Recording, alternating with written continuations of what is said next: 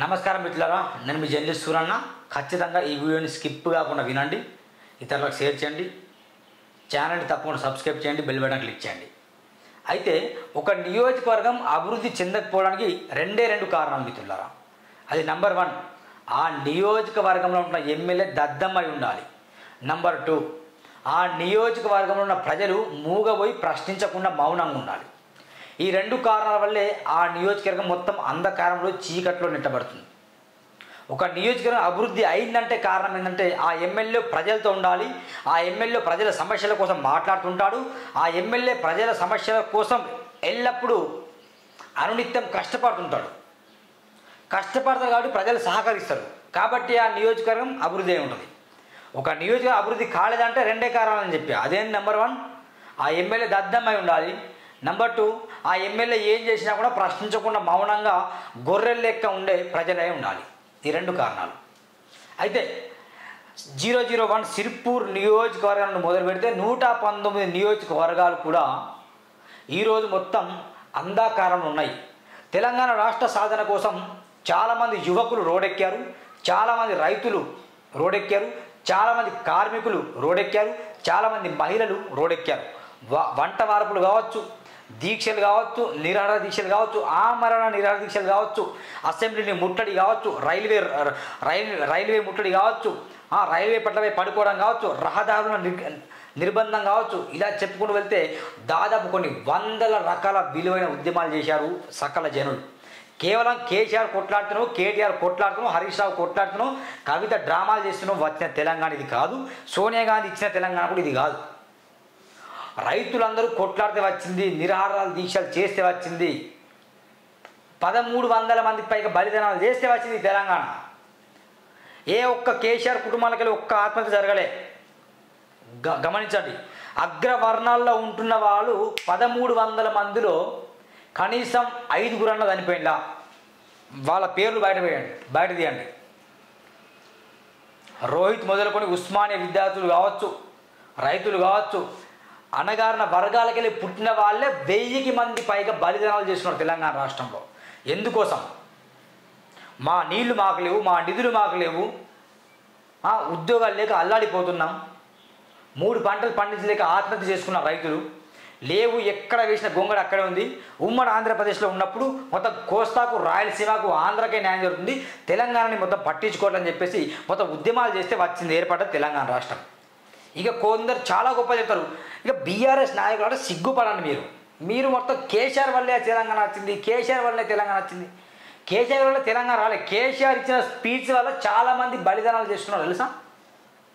కేసీఆర్, హరీష్ రావు లాంటి వాళ్ళు చాలామంది బలిదానాలు చేస్తున్నారు. అగ్గిపెట్టె దొరకని నాయకులు ఉన్నారు. వాళ్ళకి అగ్గిపెట్టె దొరకదు, వీళ్ళకి దొరుకుతుంది అగ్గిపెట్టె. ఎంత దుర్మార్గం చెప్పండి. తెలంగాణ ఉద్దేశంలో కేటీఆర్ పాత్ర లేదు, గుర్తుపెట్టుకోండి. కవిత పాత్ర లేదు. విపరీతంగా కొట్లాట చేసింది, విపరీతంగా ప్రయత్నాలు చేసింది, విపరీతంగా పోరాటాలు చేసింది, సకల జన సమ్మెలు చేసింది ఎవరు? ఈ రాష్ట్ర నిరుద్యోగులు, ఉస్మానియా విద్యార్థులు, కాకతీయ విద్యార్థులు, హైదరాబాద్ సెంట్రల్ యూనివర్సిటీలో చదువుతున్న తెలుగు విద్యార్థులు, ఇంటర్నేషనల్ ఫారెన్ లాంగ్వేజ్ దాంట్లో చదువుతున్న తెలుగు విద్యార్థులు, మహాత్మా గాంధీ యూనివర్సిటీ చదువుతున్న విద్యార్థులు, ఇలా చెప్పుకుంటూ వెళ్తే విద్యార్థుల వల్లే తెలంగాణ వచ్చింది. అందుకోసం చాలామంది కేసీఆర్ కూడా వాడే డైలాగ్ ఏంది? తెలంగాణ ఏర్పడిన తర్వాత వెంటనే ఇంటికి ఒక ఉద్యోగం వస్తుందని చెప్పిండు. కేసీఆర్ని ఎవరు నమ్మలేదు తెలంగాణ ఉద్యమ సమయంలో. ఆ దొంగ ముక్కోడు, కొంగు ముక్కోడు మోసం చేసిన తెలుసు కాబట్టి ఎవరు నమ్మలే ఆయన్ని. అందుకే ఆయన ఒక కొత్త స్టేట్మెంట్ తీసుకొచ్చిండు. దళిత ముఖ్యమంత్రి, తెలంగాణ మొదటి సీఎం దళిత ముఖ్యమంత్రి చెప్పిండు. ఏమైంది కేసీఆర్? ఏ చెప్పు తీసి కొట్టాలి చెప్పండి? ఏ చెప్పు తీసి కొట్టాలి నేను? కేసీఆర్ తెలంగాణ రాష్ట్రానికి మొదటి ముఖ్యమంత్రి దళిత ముఖ్యమంత్రి అని చెప్పినావు లేదా? చెప్పినావు. మళ్ళీ అసెంబ్లీలో పోయి ఏమన్నావు నువ్వు? అసలు ఆ పదమేనే మాట్లాడని చెప్పినావు. ఉరికిచ్చి నడి బజార్లో కొట్టాలి, బెల్ట్తో కొట్టాలి, కొరడాలతో కొట్టాలి నేను. నీ వల్లే మొత్తం రాష్ట్రం అయిపోయింది. ఆ రోజు దళిత ముఖ్యమంత్రి చేస్తే ఈరోజు దళిత బతుకులు మారేవి, ఎస్సీ ఎస్టీ బీసీ మైనార్టీల బతుకులు మారేవి. మొత్తం విలమవాదానికి, మొత్తం విలమ నాయకులకు, మొత్తం విలమ దొరలకు మొత్తం పాలన అప్పగించావు, మొత్తం రావుల పాలన నడిపించావు. ఎంత అభిమానం చేశాను. ఇచ్చిన మాట తప్ప తల నరుక్కుంటా అంటే ఇలాంటి స్టేట్మెంట్ వాడడం వల్ల ప్రజలు కొంచెం కేసీఆర్ మొగ్గు చూపారు. అంతే తప్ప కేసీఆర్ చేసిన పోవడం వల్ల తెలంగాణ రాలే. విద్యార్థులు చేసిన పోరాటం వల్ల తెలంగాణ వచ్చింది. అప్పట్లో దాదాపు చాలామంది పోరాటం చేశారు, చాలామంది మీడియా మిత్రులు పోరాటం చేశారు. మైపాల్ ఏదో పోరాటం చేశారు. తెలంగాణ విట్టల్ అయితే విపరీతంగా ఫైట్ చేసిండు.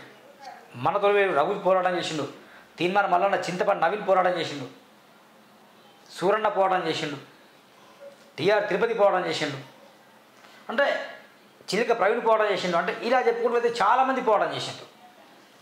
ఉస్మానియా విద్యార్థులు కావచ్చు, కాకతీయ విద్యార్థులు కావచ్చు, విపరీతంగా ఫైట్ చేస్తే తెలంగాణ ఏర్పడ్డది. ఈరోజు నేను ఏం మాట్లాడుతున్నా అంటే, ముఖ్యంగా తెలంగాణ ఏర్పడ్డందుకు కొంచెం సంతోషంగా ఉంది, కానీ జై తెలంగాణ అని అనడానికి చాలా బాగుంది. కానీ తెలంగాణలో అసలైన పరిపాలన మొదలు కాలేదనే బాధ ఉంది. అసలైన పరిపాలన తెలంగాణ ఇంకా మొదలు కాలేదు, స్టార్ట్ కాలేదు. మొత్తం తెలంగాణ వచ్చిన తర్వాత మొత్తం దోపిడీదారితనం ఇంకా పెరిగింది, పెట్టుబడిదారి విధానం పెరిగింది.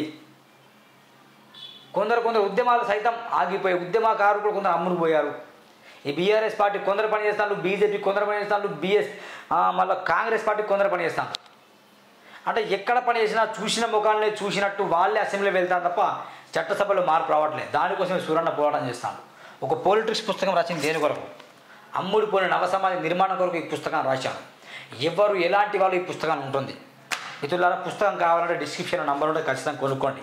అయితే నేను చెప్పే సబ్జెక్ట్ ఏంటంటే, ముఖ్యంగా పదే నేను 001 సిర్పూర్ నియోజకవర్గం గురించి మాట్లాడుతుంటాను. ఎందుకంటే సిర్పూర్ నియోజకవర్గం కూడా విపరీతంగా వెనుకబడిపోయింది. సరైన విద్య ఉండదు సిర్పూర్ నియోజకంలో, సరైన వైద్యం ఉండదు. పుంటి నొప్పి లేసినా, పన్ను నొప్పి లేసినా, జ్వరం వచ్చినా, తుమ్మినా, దగ్గినా కూడా సిర్పూర్ నియోజకవర్గ ప్రజలకు అంబులెన్స్ లేక చాలామంది నడి రోజులు చనిపోయారు. గర్భిణీ స్త్రీలకు వాగులు వంతెలు దాటలేక, వాగుల్లో రోడ్డు సౌకర్యాలు లేక, బ్రిడ్జిలు లేక అవుతనే చనిపోయిన ఘటనలు ఎన్నో ఉన్నాయి. అర్థమైందా? తుమ్మ పొదల్లో డెలివరీ అయిన కేసులు ఎన్నో ఉన్నాయి.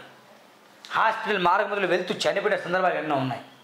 వైద్యం సరిగా లేదు సిర్పూర్లో, విద్య కూడా సరిగా లేదు, కనీస అవసరాలు సరిగా లేవు, ప్రతి ఊరికి బస్సు రాదు. ఇలాంటి ఎన్నో ఉన్నాయి. ఇలా చెప్పుకుంటే బెల్లంపల్లి నియోజకవర్గం అట్టే ఉన్నాయి. ఇప్పుడు బెల్లంపల్లిలో గెలిచిన ఎమ్మెల్యే పత్తాకు లేడు, అడ్రస్ లేదు. అర్థమైందా? అడ్రస్ లేదు. బెల్లంపల్లి ఎమ్మెల్యే అసలు బెల్లంపల్లి ఉండట్లేదు. ఎప్పుడు చూసినా హైదరాబాద్ ఉంటారు. అది సమాచారం, నేను అంటున్న మాట కాదు, బెల్లంపల్లి ప్రజలు అంటున్న మాట. హైదరాబాద్ ఎమ్మెల్యే ఆయన బెల్లంపల్లి ఎమ్మెల్యే కాదంటారు. ఇలా చెప్పుకుని వెళ్తే ఉమ్మడి ఆదిలాబాద్ జిల్లాకు తీవ్ర అన్యాయం జరుగుతుంది. ముఖ్యంగా సిర్పూర్, బెల్లంపల్లి నియోజకవర్గంలో, ఆసిఫాబాద్ నియోజకవర్గంలో తీవ్ర అన్యాయం జరుగుతుంది. మీకు తెలుసో తెలియదో, ఆసిఫాబాద్ నియోజకవర్గాల్లో ఇప్పటికి కూడా రేషన్ బియ్యం కోసం కావచ్చు, పింఛన్ల కోసం కావచ్చు 5 కిలోమీటర్లు నడుచుకుంటూ వెళ్లాల్సిన పరిస్థితి ఉంది. ఇవి ఘటనలు మీడియా కళ్ళ కనిపించవు. ఉన్నాయి చాలా ఘటనలు. తెలంగాణ రాష్ట్రం సాధించిన దేని కొరకు? ఉద్యోగాలు ఇవ్వడం చేత కాదు. ఇంటికో ఉద్యోగం వాడు మోసం చేసిండు, 2 లక్షల ఉద్యోగాన్ని ఇతను వీళ్ళు మోసం చేస్తాను. అంటే ఉద్యోగాలు ఇవ్వడం చేత కాదు. కేజీ టు పీజీ ఫ్రీ, అది కూడా ఇవ్వడం చేత కాదు. ప్రభుత్వ పాఠశాలను మంచిగా క్రమబద్ధీకరించి మంచిగా కొత్తగా నిర్మించడం చేత కాదు. కలెక్టరేట్లు కడతారు, పోలీస్ స్టేషన్లు కొత్త ఉన్నాయి. మరి విద్య అనేది లేదు. ప్రాథమికోన్నత పాఠశాలలు, మండల ప్రజాపరిషత్ పాఠశాలలు, జిల్లా పరిషత్ పాఠశాలలు ఎందుకు నూతనంగా నిర్మించబడలేదు? ఎందుకు పోలీస్ స్టేషన్ నిర్మించబడ్డాయి? ఎందుకని కలెక్టరేట్ నిర్మించబడింది? ఇవెందుకు నిర్మించబడలేదు? అంటే వాటిని తప్పనట్లే ఉండాలి, ఇక్కడ ఇవేందుకు లేవు? ఎందుకు హాస్పిటల్స్ కొత్తగా లేవు? ఎందుకు ఏమైనా తుంటు నొప్పి వేసినా, పన్ను నొప్పి హైదరాబాద్ రావాలి? ఎందుకు కరీంనగర్ వెళ్ళాలి? ఎందుకు మంచిర్యాల వెళ్ళాలి? ఎందుకు వరంగల్ వెళ్ళాలి? ఎందుకు ఖమ్మం వెళ్ళాలి? అంటే ప్రధానమైన పట్టణాల్లో మాత్రమే ఎందుకు వెళ్ళాలి గ్రామీణ ప్రజలు? అర్థమవుతుందా? ఎగ్జాంపుల్ సిర్పూర్ నియోజకవర్గం మహారాష్ట్ర సరిహద్దు ప్రాంతం. అక్కడ నుంచి చాలామంది మహారాష్ట్రలో వెళ్తారండి. మహారాష్ట్రలో వెళ్ళి వరూరా, వీరూర్, రాజూర్ ఆ ప్రాంతంలో వెళ్ళేసి వైద్యం చేసుకుని వస్తున్నాను. తెలంగాణలో నమ్మకం లేదా? తెలంగాణలో వైద్యం సరిగ్గా ఉండదు కాబట్టి అక్కడికి వెళ్తారు. లేకపోతే మంచిర్యాల వెళ్తారు 200 కిలోమీటర్ల దూరం. అక్కడ నుంచి ఎక్కువ కరీంనగర్ వెళ్తారు 300 కిలోమీటర్ల దూరం. అక్కడ కాకపోతే గాంధీకి వెళ్తారు. అంటే ఏమవుతుంది ఇక్కడ? అంటే ఒక వైద్యం సరిగా లేదు, గ్రామాల్లో దొరకట్లేదు. ఒక నియోజకవర్గంలో ఎందుకు సూపర్ స్పెషాలిటీ హాస్పిటల్ కట్టలేకపోతాను? ఇదంతా బడ్జెట్ ఏమవుతుంది?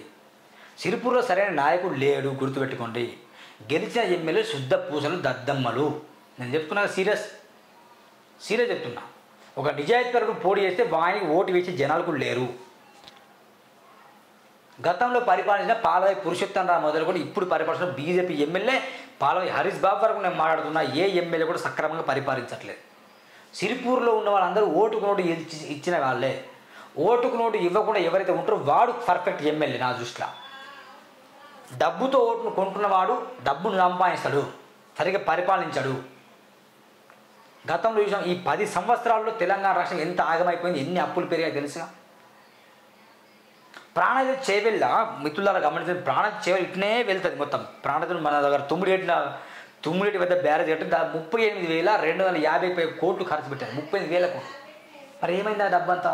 కాలువలు తవ్విసారు, వదిలిపెట్టారు. దాని నుంచి ఇప్పుడు మీడియాలో వస్తుంది, మాట్లాడదాం, చేస్తాం బరాబర్ చేస్తాం. ఎక్కడ చేస్తాను, ఏం బీక్తాను, ఏం చేయట్లేదా? జగన్నాథ్పూర్ ప్రాజెక్ట్ పెండింగ్ ఉంది. అటు మహారాష్ట్ర వెళ్ళడానికి సరిహద్దు ప్రాంతంలో బిడిజీలు ఉన్నాయి, కూలిపోతాను. ఇట్లంటే 2 లారీలు వెళ్తే కూలిపోయే పరిస్థితి.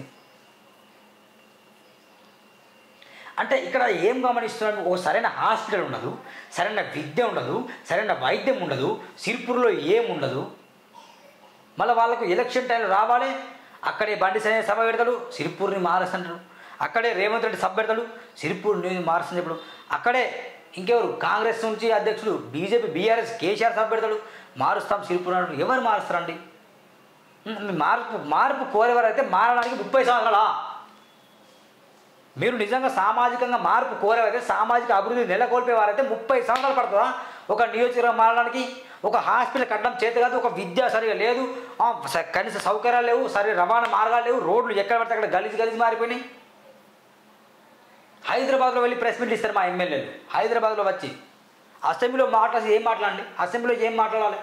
నియోజకవర్గ పరిస్థితుల గురించి మాట్లాడాలి, నియోజకవర్గంలో అక్కడ ఫండింగ్ గురించి మాట్లాడాలి. అది కాదు ఎక్కడెక్కడో ఏదో విషయాలు సంబంధం లేని మాట్లాడతారు. ఫేమస్ కావడానికి కూడా సంబంధం లేని మాట్లాడతారు అండి, ఫేమస్ కావడానికి మాట్లాడతారు సంబంధం లేనివి. ఏరెడ్డి మహేశ్వరుడు ఉన్నాడు, ఆయనకి పని పాట ఏం లేదు, మొత్తం ఫేమస్ కావడానికి మాట్లాడతాడు. ఎగ్జాంపుల్ చెప్తున్నా, అలాంటి 100 మంది ఉన్నారు. ఏ ఎమ్మెల్యే కూడా మంచోడు కాదు, నేను చెప్తున్నా కదా. సిరిపూర్లో కాదు, బెల్లంపల్లిలో కూడా ఏ ఎమ్మెల్యే మంచోడు కాదు. నేను అంటున్నాను ఖచ్చితంగా మా ఉమ్మడి ఆదిలాబాద్కి అన్యాయం తీవ్రంగా జరుగుతుంది. దయచేసి ఉమ్మడి ఆదిలాబాద్ ప్రజలారా సరైన వ్యక్తిని ఎన్నుకోండి. వీళ్ళు అసలైన నాయకుడు కాదు.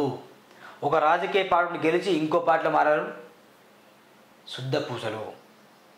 ఓడిపోయిన వెంటనే పార్టీ చంపేవారు శుద్ధ పూసలు. నేను తెలుసు ఎవరినంటున్నా, తెలుస్తుంది కదా, సూర్య చెప్తున్నా ఎవరినంటున్నా. గెలిచి పార్టీ మారినా కూడా శుద్ధ పూసే, ఓడిపోయినా కూడా పార్టీ మారితే వాడు కూడా దుర్మార్గుడే. గెలిచినా ఓడినా ప్రజల సమస్యల కోసం ఎవరైతే కొట్లాడుతారో వాళ్ళు నిజమైన వారు. వాళ్ళు ఓటుకు నోటు ఇవ్వకుండా వాళ్ళు పర్ఫెక్ట్. రేపటి రోజున సూరన్ అనే వ్యక్తి ఎమ్మెల్యేగా పోటీ అనుకుందాం, రేపు నేను డబ్బులు ఇచ్చిన అనుకో, నేను కూడా దుర్మార్గునే. ఎవరైనా అందుకే ప్రజల సమస్యలేంటి, ప్రజల విధానాలేంటి, ఎందుకు బస్టాండ్ల గురించి మాత్రం సిగ్గు అనిపిస్తుంది. బస్టాండ్లో బర్రెలు ఉంటాయి, బస్టాండ్లో మొత్తం మూత్రం మలమూత్రం, బస్టాండ్ సరే బాత్రూమ్ ఉండవు, క్లీన్నెస్ ఉండదు. ఎక్కడన్నా గమనించండి. ఇంకా ఆర్టీసీ ఎండి సజ్జనర్ పెద్ద మాటలు బెట్టింగ్ యాప్ల గురించి, ముందు బస్టాండ్ల గురించి మాట్లాడు సజ్జనర్. మొత్తం ఏం మాట్లాడతావు సిగ్గు శరం లేకుండా? అరే మాట్లాడాలి, తప్పు లేదు, బెట్టింగ్ యాప్స్ మాట్లాడు, కానీ బస్టాండ్ల పరిస్థితి అది మాట్లాడవచ్చు. నేను ఈ వీడియో చేసే విషయం ఏంటంటే మిత్రులారా, మా సిరిపూర్ నియోజకవర్గానికి తీవ్రంగా అన్యాయం జరుగుతుంది. గెలిచిన పాల్వాయి హరీష్ బాబు అయితే సిరిపూర్కి సెట్ కాడు. చాలామంది అంటారు, ఎందుకు గెలిపించావరా బాబు, పాల్వాయిని ఎందుకు గెలిపించావరా బాబు అని తలకాయ కొట్టుకుంటారు. సిరిపూర్ ప్రశాంతంగా ఉంది, అల్లర్లు లేవు, గొడవలు ఏం లేవు, కరెక్టే. కానీ సిరిపూర్ అభివృద్ధి కోరుకుంటుంది, అభివృద్ధి లేదు రబాయ్ అని తలకాయ కొట్టుకుంటాడు. ఎందుకు ఓటేసి గెలిపించాం రబాయ్ అని తలకాయ కొట్టుకుంటాడు. అయ్యో కోనప్ప గెలిస్తే బాగుంటుండే రబాయ్ అని తలకాయ కొట్టుకుంటాడు. ఆర్ఎస్పీ ఓడిపోయి తప్పు చేసిన రబాయ్ అని తలకాయ కొట్టుకుంటాను. నేను ఏమంటున్నానంటే, మొత్తానికి సిరిపూర్ ఎమ్మెల్యేగా పాల్వాయి హరీష్ బాబు సెట్ కాడు. ఎందుకంటే అభివృద్ధి చేయడం అనేది తెలియదు, ఆయనకు రాదో లేదో తెలియదు. కానీ ప్రశాంతంగా అంటే ఎట్లా గొడవలు లేకుండా అల్లర్లు లేకుండా ప్రశాంతంగా ఉందని మేము చెప్పగలుగుతాం. కానీ మాకు ప్రశాంతంతో పాటు మా సిరిపూర్ని అభివృద్ధి చాలా ముఖ్యం.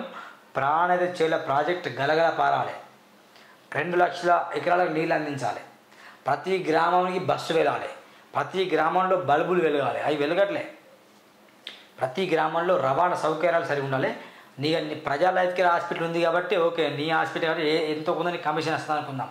మరి ఎప్పుడన్నా గెలిచి చెప్పండి, సిరిపూర్ హాస్పిటల్స్ ఉన్నాయి, కాగనలో హాస్పిటల్, కౌటలో హాస్పిటల్ ఉంది, ఆ మండల కేంద్రంలో హాస్పిటల్ మంచిగా చేయాలనే ఆలోచన దాని నుంచి ఇప్పుడు అసెంబ్లీలో మాట్లాడరు. ఎన్ని స్కూల్స్ శిథిలావస్థలు ఉన్నాయి. అంతేందుకు కాగజ్ నగర్లో గమనించండి, ఎస్సీ బాయ్స్ హాస్టల్ ఉంది, ఎస్టీ గిరిజన బాయ్స్ హాస్టల్ ఉంది, బీసీ హాస్టల్. అవి అసలు ఏమైనా ఉన్నాయా? సౌకర్యాలు ఏమైనా ఉన్నాయా? ఇది పోయడానికి కరెక్ట్ వసతి ఉందా? ఇది వసతులు ఉన్నాయా? లేవు. దాని నుంచి పట్టించుకోరు. అంటే పేద విద్యార్థుల నుంచి పట్టించుకోరు, రైతులకు నష్టపరిహారం పట్టించుకోరు. ఏం పట్టించుకుంటారు? ఆ రాజకీయ నాయకుడు వచ్చి వాళ్ళ దగ్గర సభ పెడితే 100 మందిని లారీలు బట్టి పంపడం, 100 లారీలు ఎక్కించుకోవడం, అక్కడ డైలాగులు చెప్తే వాళ్ళు వినడం, చెప్పట్టు జై మోడీ అని చెప్పడం, జై కేసీఆర్, జై రేంద్ర అని చెప్పడం. ఇలాంటి పనులు చేయడానికి అక్కడ రాజకీయ నాయకులు ఉపయోగపడతారు. ఎవరికి చిత్తశుద్ధి లేదు. కాంగ్రెస్లో ఉంటున్నా కూడా కాంగ్రెస్లో ఉంటున్న వాళ్ళకు కూడా చిత్తశుద్ధి లేదు. ఎవరి గోల వాళ్ళదే, ఎవరి బాధ వాళ్ళదే.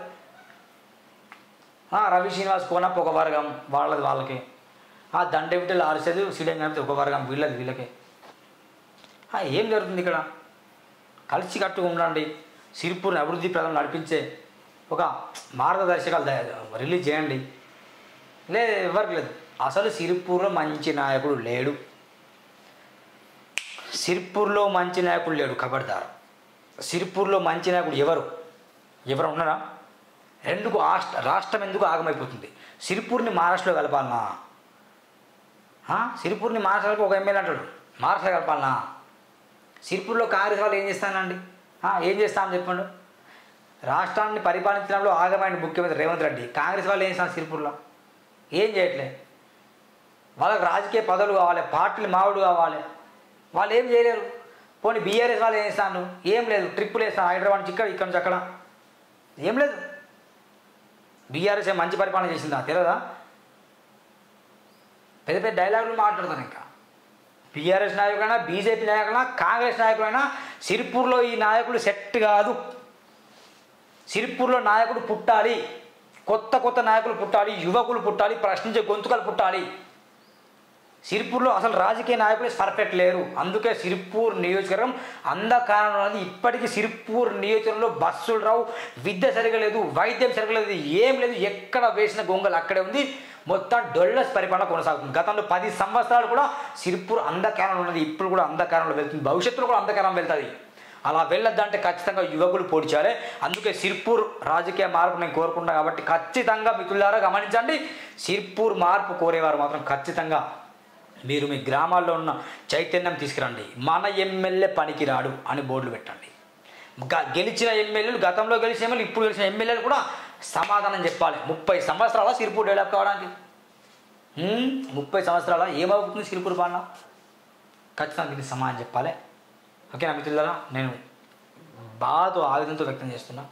మార్పు కోరుకుందాం. ఓకేనా? Please my humble request. Thank you. Share చేయండి.